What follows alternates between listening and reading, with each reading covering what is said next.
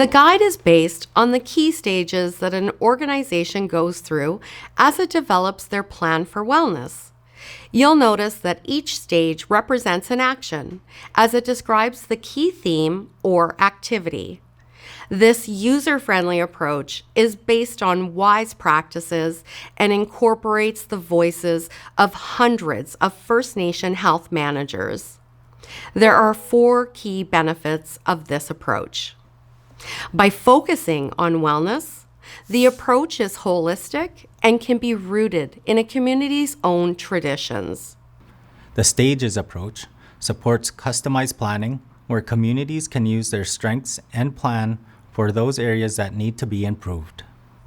It helps newer organizations follow a process that is clearly laid out and leads to robust planning. And the approach is scalable, and it can be applied to small and large organizations. The purpose of using the 7Ds approach is to provide the structure that supports communities but doesn't prescribe exactly what to do or how to do it. The first stage is our first D, is discuss. The discuss stage looks at the readiness elements of health and wellness planning. Those elements that need to be in place to help your process move forward in a good way. As the first stage, it recognizes the will of the community to begin a planning process, prepares leadership, and creates a health and wellness planning group. As the name suggests, discuss includes communicating to ensure leadership and community are informed and ready to be involved. The steps below will help ensure that you've got the fundamentals in place. The 4 key steps are, first, engage with leadership. You need to have community leadership aware and supportive of your health and wellness planning.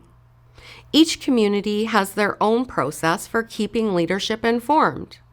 It is assumed that you already have their support. For example, you have approval or a BCR for health and wellness planning. Do this right up front.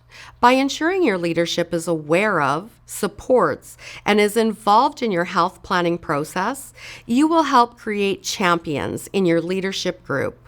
And every health planning process needs as many champions as it can get. Second, establish a planning group. Create a planning group that represents different sectors and areas of expertise within your community. This will help ensure good guidance and a broad range of voices and will help make your planning process richer. This might be your health committee or your health board or another group assembled specifically to develop your health and wellness plan. Be clear on who this group reports to.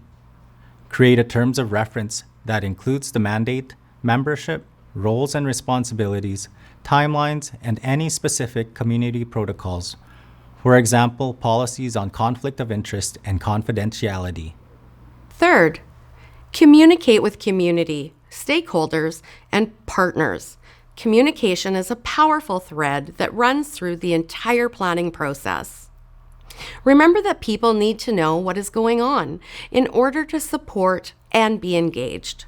Get the word out there. Let people know what's coming and reinforce that this is a transparent process. Fourth, link with your comprehensive community plan, if your community has one. It's very important that your health planning process is aligned with your community planning process.